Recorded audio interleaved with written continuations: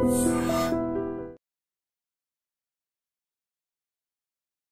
Sir. నమస్తే sir, హెల్దీగా ఉండాలంటే మనం తీసుకునే డైట్ అనేది హెల్దీగా ఉండాలి. హెల్తీ డైట్ ఇదైతే వింటూనే ఉన్నాం సహజంగా. కానీ వాస్తవం కూడా. ఆ, కానీ ఈ మధ్య బ్రెయిన్ డైట్ అనే పదం అయితే వినబడుతోంది. ఏంటి సార్ అసలు బ్రెయిన్ డైట్ అంటే ఏంటి? ఇప్పుడు మనం ఇంతవరకు ఈ ఆరోగ్య ప్రమాణాల కోసం ఆకర్షించే వాళ్ళందరూ కూడా కొంచెం డైట్ మీద పడింది దృష్టి. ఇది అవును. సంతోషకరమైన పరిణామం. మ్మ్. అయితే ఏమిటి, ఇంతవరకు ప్రాచుర్యంలో ఉన్న డైట్లు అంటే ఏమిటి? Diabetic diet. హా. ఏది కూడా ఇంపార్టెంట్ కాదని కాదు. మ్మ్. బ్రెయిన్ డైట్, డయాబెటిక్ డైట్ కానీ, లేకపోతే కిడ్నీ డైట్ అని, కిడ్నీలు ఏదైతే కిడ్నీ ఫెయిల్యూర్ అని రావడం, మూత్రపిండాలు వ్యాధుల వల్ల కూడా కొంతమంది మ్మ్. ఈ లివర్ గురించి ఈ మధ్య కాలంలో ఎక్కువగా లివర్లో ట్రాన్స్ప్లాంటేషన్లో లివర్ వ్యాధులు, మద్యం సేవించడం ప్రాబ్లం వచ్చిన తర్వాత లివర్ డైట్ అని, ఇట్లా చాలా డైట్లు, heart diet, hypertension diet అని, ఓకే. అంటే బీపీ ఉన్న వాళ్ళందరూ వాడాల్సినవి. మ్మ్. ఈ డైట్స్ అన్ని ఉన్నాయి. మ్మ్. నాకు చాలా ఇబ్బందిగా అనిపించింది ఏమిటంటే, అసలు బ్రెయిన్ డైట్ గురించి ఎక్కువ మంది మాట్లాడడం లేదు. అసలు తెలియదు సార్ చాలా తెలియదు. మందికి. బ్రెయిన్ డైట్ అన్నది ఏమిటంటే మెదడుకి ఉపయోగకరమైనటువంటి ఏదైతే ఉందో డైట్. మ్మ్. ఇది 41 సంవత్సరాల అనుభవంతో నేను నమ్ముకునేటువంటి ఈ శాస్త్రం, ఏది వైద్య విధానంలో ముఖ్యంగా న్యూరో సర్జరీ గురించి, బ్రెయిన్ గురించి మ్మ్. నాకు కొన్ని దాన్ని ఉపయోగకరమైన మాటలు చెప్పడం అనేది భావ్యంగా నేను భావించి ఈ ప్రోగ్రాం చేస్తున్నాం. ఓకే. బ్రెయిన్ అంటే ఇప్పుడు ఏమిటంటే శరీరంలో జరిగేటువంటి ప్రతి పని, మ్మ్. అక్కడ భాగ్యవంతుడు, పేదవాడు, శ్వేతజాతీయుడు, నల్లజాతీయుడు అని కాదు. అవును. మీరు నడుస్తున్నారు, ఆలోచిస్తున్నారు, క్యాలిక్యులేషన్ చేస్తున్నారు, గాలి తీసుకుంటున్నారు. ఈ మేధా సంపత్తి వీటన్నిటికీ ముఖ్యమైన హెడ్ క్వార్టర్స్ బ్రెయిన్ కదా. అవును సార్. ఇప్పుడు అలాంటి బ్రెయిన్కి అంటే ఎంత పని చేసి అలసిపోతుంది అవయవం. మనం ఇప్పుడు స్కూటర్ ఏముంది, మ్మ్. మోటార్ సైకిల్ ఉంది, కారు ఉంది, దానికి ఫ్యూయల్ కావాలా, ఇంధనం. అవును. అంటే బ్రెయిన్కి కూడా అలాంటి ఇంధనమే కావాలి. ఓకే. ఏదన్నా కానీ ఇందులో పెట్రోల్ అయిపోతే ఏమవుతుంది, మొరాయిస్తుంది వెహికల్. అవును. మెదడుకు కూడా ఈ మ్మ్. పనులన్నీ ప్రతిరోజు చాకచక్యంగా క్రమం తప్పకుండా మ్మ్. భగవంతుడు పిలిచినంత వరకు 60 సంవత్సరాలు 70 సంవత్సరాలు పని చేయాలంటే మ్మ్. దానికి ఎంత అవసరం ఈ మేధా సంపత్తిని మెయింటైన్ చేయడానికి. అవును. కాబట్టి బ్రెయిన్ డైట్ తాలూకా ముఖ్యత ఇంత అంత కాదు. మ్మ్. ఇందులో ఏదో స్పెషల్ డైట్లు ఇంకెక్కడికో వెళ్ళి మధ్యధరా పర్వతాలకు వెళ్ళి అక్కడ నుంచి ఏదో పట్టుకురావాల్సిన అవసరం లేదు. ఓకే. అదే కాకుండా ఇందులో శాకాహారులు, మాంసాహారులు అందరికి కూడా సరిపోయినటువంటి ఉన్నాయి. ఎవరు కూడా ఎవరైనా క్రిటిసైడ్ చేయడానికి లేదు. మ్మ్. కాబట్టి ఇప్పుడు మామూలుగా అంటే మనం రెగ్యులర్ గా తీసుకునే ఫుడ్ అది సరిపోదా సార్ సపరేట్ గా అంటే బ్రెయిన్ డైట్ అనేది? అంటే కొన్ని పదార్థాలు, మ్మ్. కొన్ని పదార్థాల్లో ఏమిటంటే కొన్ని మెదడుకు సంబంధించిన ఏదైతే మినరల్స్, ఇప్పుడు ఏమిటి పనిచేసేవి మెదడుకి, మ్మ్. కొన్ని విటమిన్లు కావాలి, మ్మ్. మినరల్స్ కావాలి, లవణాలు కావాలి. అవును. అదే కాకుండా ఈ పాలిఫెనాల్స్ అని వచ్చాయి, ఈ మధ్య మ్మ్. ఫ్లేవనాయిడ్స్ అని వచ్చాయి, ఒమేగా 3 ఫ్యాటీ యాసిడ్స్ అని వచ్చాయి. అవును. ఇవన్నీ కొన్ని కొన్ని విషయాల్లో సమృద్ధిగా ఉన్నాయి. ఓకే. కాబట్టి మెదడుకు సంబంధించి మెదడు తాలూకు ఆరోగ్యం బాగా ఉండడాలంటే ఇవన్నీ తీసుకుంటే ఉపయోగకరం. మ్మ్. ఇప్పుడు శాకాహారులే తీసుకోండి, ఓకే. ఉదాహరణకి సింపుల్ అండి, ఏది మనం వాడేటువంటి పాలక్, స్పినాక్ అంటాం ఇంగ్లీష్లో, దానిలో సమృద్ధిగా ఉంటాయట. ఏది విటమిన్ ఈ, ఓకే. లేకపోతే విటమిన్ కే, మ్మ్. అదే కాకుండా ఇప్పుడు బీటా క్యారోటీన్, ఇవన్నీ ఉంటాయి. దీనివల్ల ఏమవుతుందంటే ముఖ్యంగా విటమిన్ ఈ ఏం చేస్తుందంటే మ్మ్. వయసును బట్టి ఏదైతే మెదడు లోపల కణాలలో డ్యామేజ్ అవుతుందో దానివలన పార్కిన్సన్ వ్యాధి, లేకపోతే ఆల్జీమర్స్ వ్యాధి ఇలాంటి రావడానికి ఏజింగ్ ఫ్యాక్టర్ ఏదైతే వస్తుందో దాని మీద పనిచేసి మ్మ్. ఆ ఇబ్బంది రాకుండా తగ్గిస్తుందట. ఓకే. అదే కాకుండా దక్షిణ భారతదేశంలో ఈ ఆకుకూర తక్కువ దొరుకుతుంది.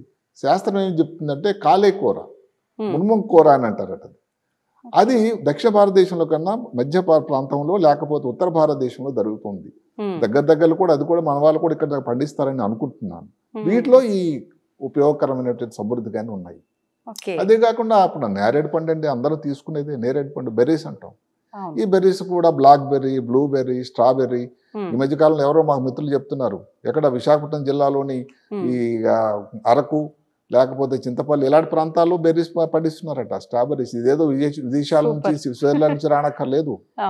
ఆ బెర్రీస్లో కూడా ఇవన్నీ కూడా విటమిన్ సి కానీ, విటమిన్ ఈ కానీ ఉండి, మ్మ్. అందులో ముఖ్యంగా ఉండేటువంటి కొన్ని పదార్థాలు ఈ ఆక్సిడేటివ్ స్ట్రెస్ అని ఉంటుంది బ్రెయిన్లో. ఆ. అంటే అందులో ఒక ముఖ్యంగా కనబడేది ఏమిటంటే ఈ ఆక్సిడేటివ్ స్ట్రెస్ వల్ల మెదడులో కణాలు డ్యామేజ్ అవ్వడానికి దోహదకారై దాన్ని నిరోధించాలంటే యాంటీ ఆక్సిడెంట్స్ అని కావాలి. ఈ యాంటీ ఆక్సిడెంట్స్ అన్నవి ఏమిటంటే కొన్ని మినరల్స్ ఉంటాయి దానికి, ఫ్రీ రాడికల్స్ అని. దాని పనేనండి నెగిటివ్ మాటలు, నెగిటివ్ పనులు చేయడం. ఆ ఫ్రీ రాడికల్స్కి ఎదుర్కొని సన్నద్ధంగా ఉండి చేసేటువంటి యాంటీ ఆక్సిడెంట్స్ అన్నది ఈ బెర్రీస్లో చాలా సమృద్ధిగా ఉన్నాయట. అదే కాకుండా అక్రోట్స్ అంటాం, వాల్నట్ అని, చాలా పెద్ద కాస్ట్లీ ఫ్రూట్, ఇప్పుడు విరివిగా దొరుకుతూ ఉంది అది. అందులో ఈ ఒమేగా-3 ఫ్యాటీ యాసిడ్స్, అందరూ అనుకుంటారు ఒమేగా-3 ఫ్యాటీ యాసిడ్స్ అయితే మాంసాహారంలోనే తీసుకునే మాంసాహారంలో ఉంటుందని. లేదండి, ఇందులో ఉండేటువంటి ఆల్ఫా లినోలిక్ యాసిడ్ అన్నది ఎంత ప్రాచుర్యం అండి, ఎంత ఉపయోగకరం. సేమ్ ఏదైతే మెదడులో ఉన్నటువంటి కనెక్షన్స్ ఉంటాయి, ఆ కనెక్షన్ అంటే ఏమిటి, ఒకదానికి ఒకటి పలకరింపులు ఉంటాయి నర్వస్ సిస్టంలో. వాటి పలకరింపు కోసం ఏదైతే దోహదకారైనటువంటి వీటిని తయారు చేస్తూ ఉంటుందట. ఇవి వెజిటేరియన్స్ తీసుకోండి. తర్వాత ఇప్పుడు మనం కొన్ని డ్రై ఫ్రూట్స్ అవన్నీ మనం చెప్పుకుందాం. ఇంకా మాంసాహారంకి వస్తే ఇప్పుడు అందరూ మళ్ళీ అనుకుంటారు మాంసాహారం గురించి చెప్పటం లేదు. మాంసాహారం వస్తున్నాం మేము. ఎగ్ అండి, రోజుకు ఒక ఎగ్గ తీసుకుంటే దానిలో ఉండేటువంటి కొలీన్ అన్నటువంటి పదార్థం అసలు ఎంత ఉపయోగకరం అని అంటే, దాని వలన ఈ మెదడు తాలూకా గ్రోత్ పెరుగుతూ ఉంటుందట. పూర్తి ఎగ్గా సార్? పూర్తి ఎగ్.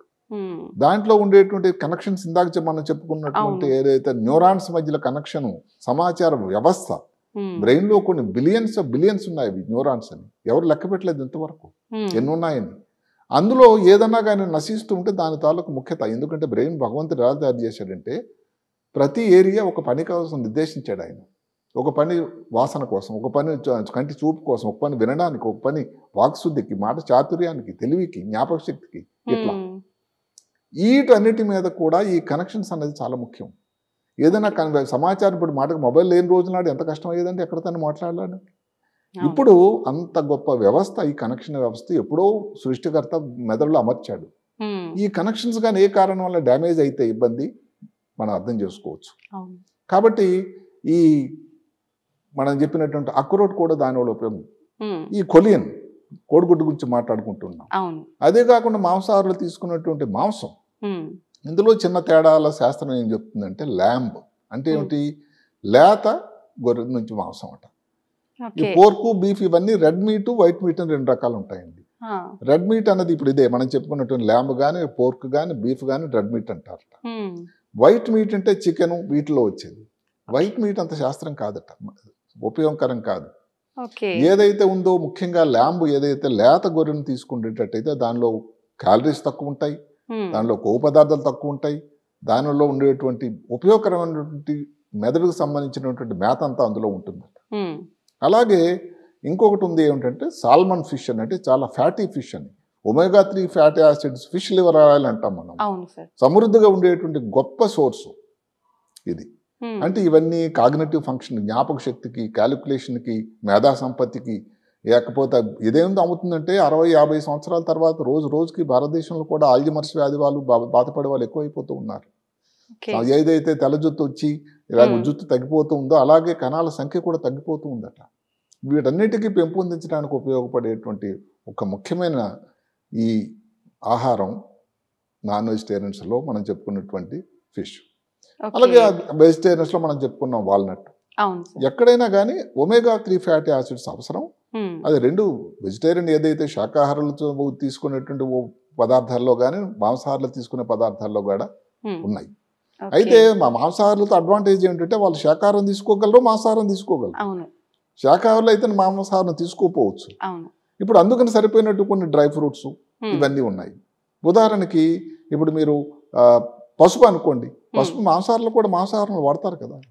అసలు గొప్ప పరిశోధన ఏమిటంటే, పసుపు భారతదేశంలో అంత ఎక్కువ వాడకడం వల్ల దానిలో ఉండే కర్కుమిన్ అని ఒక పదార్థం ఉంటుంది. అది పెద్ద యాంటీ ఆక్సిడెంట్. మెదడులో ఉండేటువంటి ఒక వ్యవస్థ ఉంటుంది, బ్లడ్ బ్రెయిన్ బ్యారియర్ అని. దాని లోపలికి వెళ్ళేటువంటి శక్తి ఉందట దానికి, పసుపుకి. కాబట్టి అసలు ఈ టైంలో ఏది మన కోవిడ్ టైంలో కూడా మాట వినుంటారు, పసుపుతో ఏదైనా పాలు తాగండి, దానివల్ల రోగ నిరోధక వ్యవస్థ పెరుగుతుంది, బ్రెయిన్ డ్యామేజ్ కాదని. ఇలాంటి ఈ వ్యాధులు రాకుండా ఏదైతే మనం చెప్పుకున్నటువంటి న్యూరో డిజనరేటివ్ డిజీజ్ అని అంటాం, అవి రాకుండా చాలా ఉపయోగకరంగా ఉంటుందట. అదే కాక ఒక కారణం ఆల్జిమర్స్ వ్యాధి అనేది పరిశోధనలో క్లియర్గా తెలిసిందంటే, అమెరికాలో ఉన్నటువంటి జనాభాకు చూసుకొని పర్సంటేజ్ తీసుకుంటే, భారతదేశంలో ఉన్నటువంటి 140 కోట్ల జనాభా తీసుకుంటే భారతదేశంలో ఈ ఏదైతే ఉందో ఆల్జిమర్స్ వ్యాధి తక్కువ అండి. దీనికి కారణం ఏదో మనం మంచి వాళ్ళం అయిపోయింది కాదు, మనం వాడేటువంటి పసుపు వల్ల. ఇది ప్రపంచం అంతా, ప్రపంచ ఆరోగ్య సంస్థ కూడా గ్రహించింది. అంత ఉపయోగకరమైనది పసుపు. పసుపు అందుకని ఎంత విరివిగా వాడుతుంటే వాళ్ళలో ఈ ఇబ్బందులని రాకుండా ఉండడానికి లోను కాకుండా ఉంటుంది. ఇంకోటి మన రోజు మామూలుగా సాంబార్లో ఉన్న రసంలోని చేసేటువంటి పంకిన్, గుమ్మకాయలు ఉండేటువంటి కొన్ని సీడ్స్ నుంచి అన్ని లవణాలు, మినరల్స్ అనుకున్నాం మనం, చాలా పోషక పదార్థాలు, జింక్ అని, కాపర్ అని, మ్యాంగనీస్ అని, ఇవి ఏదైతే కణాల తాలూకా డెవలప్మెంట్, మెదడులో ఉండే కణాల డెవలప్మెంట్ కోసం ఉపయోగపడేవి. మనం అందరం వాడేటువంటి కాఫీ ఉండనే ఉన్నది. అందరూ అనుకుంటారు కాఫీ వల్ల ఇబ్బందా మంచా అని. రెండు మాటలు చెప్తాం కాఫీ గురించి. కాఫీలో ఉండేటువంటి కెఫీన్ అనేది పెద్ద యాంటీ ఆక్సిడెంట్ అండి. అది ఎట్లాగంటే మిమ్మల్ని స్టిమ్యులేట్ చేస్తుంది. ఒక్క కాఫీ తాగారంటే ఇంకా కొంతసేపు ఉత్తేజంగా ఉంటారు. దానికి శాస్త్రోక్తంగా కూడా ఎడినోసిన్ ఒక నిద్ర పుచ్చేటువంటి ఒక హార్మోన్ ఉంటుందట, దానిని ఇది అటాక్ చేస్తుంది. కాబట్టి కాఫీ తాలూకు ఎఫెక్ట్ సస్టైన్ అంత వరకు కూడా చాలా ఉల్లాసంగా ఉంటారు. అదే కాకుండా మెమరీ పెరగడానికి కూడా ఉపయోగపడుతుందట. ఎందుకంటే ఉత్తేజంగా ఉండడానికి పెరుగుతూ ఉంటుంది దాంట్లో. ఎందుకంటే కాఫీ వల్ల హ్యాపీ హార్మోన్స్ అని ఉంటాయి, డాపమిన్ అని, సిరటాన్ అని మెదడులో తయారవుతాయి. ఇట్లా కాఫీ కానీ మోతాదు, లిమిట్గా మోతాదులు, ఏదో 3 నుంచి 4 కప్పులు డైలీ తీసుకోవచ్చు. కానీ 3 నుంచి 4 కప్పులు కానీ ప్రతి సంవత్సరాలు కూడా ఎక్కువ సంవత్సరాలు తీసుకోవడం అన్నది మంచిది కాదేమో. ఏదన్నా మితం అన్నది మంచిది. అలాగని రాత్రి మీరు పడుకునే ముందు కాఫీ తీసుకోవడం కొంతమందికి అలవాటు. దానివల్ల మీ నిద్రభంగం అవుతుంది. నిద్రభంగం అయితే మళ్ళీ మీకు ఏదైతే ఉందో దానివల్ల ఈ ఆల్జిమర్స్ ఇవన్నీ ప్రాబ్లమ్స్ కూడా రావడానికి ఒక కారణం ఏదైతే ఉందో మనం చెప్పి ఒక్క బ్రెయిన్ డైట్ వల్ల కాదు, వ్యాయామం కానీ, నిద్ర కానీ ఇంకా చాలా ఉన్నాయి. అవి కూడా ముఖ్యమే మెదడు తాలూకు ఆరోగ్యానికి. కానీ ఏ టైంలో తీసుకోవాలి, ఎంత మోతాదు తీసుకోవాలి అన్నది కూడా ఒక ముఖ్యమైన అంశం. అదే కాకుండా డార్క్ చాక్లెట్, దానిలో ఒక ఇది ఉంటుంది, ఫ్లావనాయిడ్స్ అని. అది అసలు ఎంత ఉపయోగకరం అన్నట్టు. దాంట్లో ఇప్పుడు వచ్చినటువంటి కొత్త పదానం ఏంటంటే బ్రెయిన్ గట్ యాక్సిస్ అని. అంటే దీనికి ఏది నమ్ముతారా, పొట్టలో ఉండేటువంటి ప్రేవులకి బ్రెయిన్కి కనెక్షన్ ఉందట. ఇప్పుడు ఈ డార్క్ చాక్లెట్ తీసుకునేటట్టయితే దాని మీద గట్టలో దానికి పొట్ట లోపలికి వెళ్ళి దాన్ని స్టిమ్యులేట్ చేసి ఏదైతే ఉందో బ్రెయిన్ మీద ఉండేటువంటి దుష్పరిణామాలని ఎదుర్కొంటూ ఉంటుందట. కాబట్టి డార్క్ చాక్లెట్ కూడా ఉపయోగకరమైంది మామూలు చాక్లెట్ కన్నా. లాస్ట్లో ఇంకొకటి ఇప్పుడు కొత్తగా ఇప్పుడు మనం వాడుతున్నది ఏమిటంటే, మనం చెప్పుకున్నాం పంప్కిన్ సీడ్స్, ఇవి కాకుండా ఇంకా కొన్ని ఫ్రూట్స్ ఒకటి ఆరెంజే తీసుకోండి సింపుల్ గాను. అందులో ఉన్నటువంటి వైటమిన్ సి మెదడు లోపల ప్రతి కణానికి దాని ఉత్తేజంగా ఉండడానికి, డెవలప్మెంట్ కోసం, మెదడు గ్రోత్ కోసం చాలా ఉపయోగకరమైంది. అది ఒక్క ఆరెంజ్ తీసుకుంటే అంత వైటమిన్ సి వస్తుందంటే మీరు విటమిన్ సి టాబ్లెట్ వేసుకోకర్లేదు. అలాగే మీ ఇంటి దగ్గర పెరట్లో దొరికే గోవా, జాంపండు సింపుల్గా సరే. ఇంకా కానీ మీరు కొంచెం ఆర్థికంగా కానీ మీరు చేయగలిగితే కివీ ఫ్రూట్, టొమాటోస్ అండి. టొమాటో నిండా పుష్కలంగా వైటమిన్ సి ఉంది. ఇందాక చెప్పుకున్నటువంటి ఏదైతే పసుపు గురించి కూడా దాంట్లో ఉండేది ఇంకా బ్లడ్ బ్రెయిన్ బ్యారియర్ నుంచి వెళ్ళడమే కాకుండా బ్రెయిన్ న్యూరోట్రాఫిక్ ఫ్యాక్టర్ అని ఒకటి ఉంటుంది. అంటే మెదడు లోపల కొత్త రకం కణాలు మెదడు తాలూకా పరిణామం పెరగడానికి, మెదడు తాలూకా సైజు పెరగడానికి, కణాల తాలూకా డిస్ట్రక్షన్ ఇది నాశనం కాకుండా ఉపయోగపడడానికి ఉండేటువంటి పదార్థం కూడా ఉంది. కాబట్టి నా లిస్టులో ఫస్ట్ వాడడం రెగ్యులర్గా వెజిటేరియన్స్, శాకాహారులు, మాంసాహారులు పసుపు విరివిగా వాడండి. ఏ విధంగానైనా కూరల్లో కానీ పసుపు దేంతో పాలలో తీసుకోవడం కానీ. పంప్కిన్ సీడ్స్ అన్నది చాలా చీప్. అవి కాఫీ ఒక 2 కప్పులు 1-2 కప్పులు సేవించండి, దానివల్ల నష్టం అయితే లేదు. సీడ్స్ ఎంత మోతాదులో తీసుకోవచ్చు? సీడ్స్ కూడా ఒక పరిణామం, దానికి ఇంత సైజ్ అంటే లిమిట్ అంటూ ఇంత ఇవ్వలేదు. కానీ అప్పుడప్పుడు దానిలో మీ భోజనంలో ఒక భాగంగా అది పెట్టుకుంటూ ఉండండి. అక్రోట్స్ అన్నది చాలా చాలా అసలు దాంట్లో ఏంటంటే ఒక అక్రోట్ తీస్తే 1 ounce అక్రోట్లో ఆల్ఫా లినోలిక్ యాసిడ్స్ అన్ని విపరీతంగా ఉన్నాయి. కాబట్టి అది కూడా ఏదో దానికోసం సాల్మన్ ఫిష్ తినాల్సిన అవసరం లేదు వెజిటేరియన్స్, వరి అయిపోవడానికి లేదు, దానికి సరిపోయినంత ఉన్నాయి. కాబట్టి ఈ సింపుల్ ఇవన్నీ కూడా ముందు ఏంటంటే ఈ విరివిగా వాడేటట్టయితే మనం ఏదైతే ఉందో భారతదేశంలో ఈ ఆల్జమర్స్ వ్యాధి, పార్కిన్సన్ వ్యాధి, ఎలా న్యూరో డిజనరేటివ్ డిసీజ్ ఏవన్నీ ఉన్నాయో రాకుండా. ఎందుకంటే చూస్తుంటే కొంతమందికి ఆల్జమర్స్ వ్యాధి చాలా బాధాకరంగా అనిపిస్తుంది. మనిషి తన ఉనికినే మర్చిపోతాడు. వాకింగ్కి వెళ్తాడు, ఇంకొక వీధిలోకి వెళ్ళిపోతాడు, ఎవరో చూసుకొని రామారావు గారు ఎక్కడికి వచ్చారట తీసుకురావడం జరుగుతూ ఉంటుంది. ముందు నుంచి మిగతా జాగ్రత్తలు చాలా ఉన్నాయి. మనము ఒక్క బ్రెయిన్ డైట్, ఆహారం మీద దృష్టి ఈ రోజు ప్రోగ్రాంలో పెట్టాం. మిగతా ఉంటే నిద్ర కానీ, లేకపోతే అందరితో కలిసి ఉండడం కానీ, నడక కానీ, వ్యాయామం కానీ, ఊబకాయం రాకుండా బీపీ షుగర్ ఉంటే కంట్రోల్ చేయడం కానీ, ఇలా చాలా ఉన్నాయి. కానీ అవన్నీ ఎంత ముఖ్యమో ఈ ఆహారం కూడా, మనం తీసుకునేటువంటి ఆహారం కూడా అంతే ముఖ్యం. కాబట్టి ఈరోజు బ్రెయిన్ డైట్ మీద మనం దానికి స్ట్రెస్ చేయడం జరుగుతూ ఉంది. మిగతా ఆహారాలాగే దీనికి కూడా ఆహారం ఒకటి ఉంది. ఇవన్నీ చెప్పుకున్నటువంటి ఆకుకూరలు, కాయగూరలు, బీన్స్ బ్రహ్మాండం అట బీన్స్ వల్ల. అదే కాకుండా ఈ మనం చెప్పినటువంటి చిరుధాన్యాలు, మిల్లెట్స్ కానీ, మిల్లెట్స్లో కూడా చాలా మంచి ఉపయోగకరంగా ఉన్నాయి. వాడకం చేసేటువంటి పసుపు, పంప్కిన్ సీడ్స్, తీసుకునే కాఫీ, ఆరెంజ్ కానీ, లేకపోతే నాన్ వెజిటేరియన్స్ మనం చెప్పాం ఏదైతే చిన్న లేత ల్యాంబ్, గొర్రె మాంసం, కోడిగుడ్డు. చాలా మంది వెజిటేరియన్స్ కూడా సేవిస్తున్నారు కోడిగుడ్డు. ఈ మధ్య కోడిగుడ్డు వెజిటేరియన్ అయిపోయింది. లాస్ట్లో అనుకున్న సాల్మన్ ఫిష్ కూడా ఉన్నాయి. కాబట్టి డైట్ అన్నది ఏదో స్పెషల్గా మనం ఎక్కడికి వెళ్ళి సంపాదించాల్సింది కాదు. మనం రోజు వాడుతున్నదే కొంచెం పద్ధతిలో వాడి మెదడుని మనం దోహదకారి, పర్టికులర్గా చిన్నపిల్లల నుంచి కానీ ఇదే కానీ ఈ ఆహారం కానీ అలవాటు చేస్తే వాళ్ళు తర్వాత 60-70 సంవత్సరాలు వచ్చేసరికల్లా ఈ న్యూరోడోజనరేటివ్ డిజీజ్ రాకుండా, బారిన పడకుండా ఉండడానికి దోహదకారి అవుతుంది. కాబట్టి బ్రెయిన్ డైట్ అనేది చాలా చాలా ముఖ్యం. ఏదైతే మనం ఇంకెన్నిసార్లు చెప్పుకున్నా కానీ భారతదేశం ఆర్థిక ప్రగతి, టెక్నాలజీలో ఆల్రెడీ చాలా వేవ్స్ చేస్తున్నారు. అమెరికాలో అందరూ టాప్ టెక్నోక్రాట్స్ అందరూ మన వాళ్ళే. ఎందుకంటే భారతీయులు ముందు నుంచి కూడా భారతీయతలో ఉండేటువంటి ఈ తెలియకుండానే బ్రెయిన్ డైట్ మనం తీసుకోవడం వల్ల ఇప్పుడు ఎవరికి తెలుసు పసుపు వాడేటప్పుడు ఇంత ఉపయోగకరం అని. ఇప్పుడు మామూలుగా వెస్ట్రన్ ఏదైతే ఉందో క్యూజిన్లో ఎక్కడ కూడా పసుపు వాడకం చాలా తక్కువ. కాబట్టి ఇంత ముఖ్యత మనం తెలియకుండానే ఆపాదించుకుంటున్నాం. అది మన దేశంలో రెడీ అవైలబుల్ ఉంది. ఈ మధ్యకాలంలో భారత ప్రధానమంత్రి నిజామాబాద్లో ఏది కమిషన్ ఒకటి పెట్టారు దానికోసం డెవలప్ చేయడానికి పసుపుని, నిజామాబాద్, ఆర్మూర్ ఆ ప్రాంతంలో. ఇవన్నీ కూడా భారత ప్రభుత్వం నుంచి కూడా చాలా ప్రయత్నాలు జరుగుతూ ఉన్నాయి. మనం దాన్ని వాడుతూ ఉండాలి. అందరికీ మంచి జరగాలని మనం కోరుకుందాం. సార్, లాస్ట్లో నాది ఒక చిన్న డౌట్. జనరల్గా ఇంట్లో అంటే చెప్తుంటారు పెద్దవాళ్ళు, బెండకాయ తింటే బ్రెయిన్ షార్ప్గా పనిచేస్తుందిరా, బెండకాయ కూర ఎక్కువ పెట్టాలి పిల్లలకు అని చెప్పి. నిజంగా బెండకాయ వల్ల కొంత ఉపయోగకరం అది. అంటే ఇప్పుడు మనం ఏంటంటే ఇంకొక మాట, ఈ 3 చెప్పామంటే మిగతా వాళ్ళ ఉపయోగం లేదని కాదు. ఇందులో ఒక బ్రెయిన్ డైట్ దాంట్లో ఏంటంటే కొన్ని ఉపయోగకరమైన మనం చెప్పాము. అదే కాకుండా బీరకాయ ఇవన్నీ కూడా సింపుల్ అవన్నీ తీసుకుంటే, ముఖ్యంగా బెండకాయ చాలా కామన్గా వాడేది. రెగ్యులర్ గా చెప్తుంటారు కూడా సార్ ప్రతి ఇంట్లో వాడితే దాని వల్ల పెరుగుతుంది, మేధా సంపద పెరుగుతుందని. తప్పకుండా అది కూడా తీసుకోండి. మనం దానికి బెండకాయకి వ్యతిరేకం కానే కాదు. బెండకాయకి వ్యతిరేకం అని కాదు సార్, మీ మాటల ద్వారా వింటే ఇంకొంచెం. అంటే నేను మామూలుగా చదివి సేకరించిన దాంట్లో ముఖ్యంగా ఈ దృష్టిలో ఏవైతే పోషక పదార్థాలు బ్రెయిన్ కోసం ఉపయోగకరమైనవో వాటిలో పుష్కలంగా ఉండే కొన్ని ఆహార పదార్థాలను మనం ఎంచుకున్నాం. మిగతా వాటిలో తక్కువ ఉన్నాయని కాదు. అయితే సమయాభావం వల్ల అన్నిటిని చెప్పలేము కాబట్టి వీటిని కొన్ని మనం చెప్పడం జరిగింది.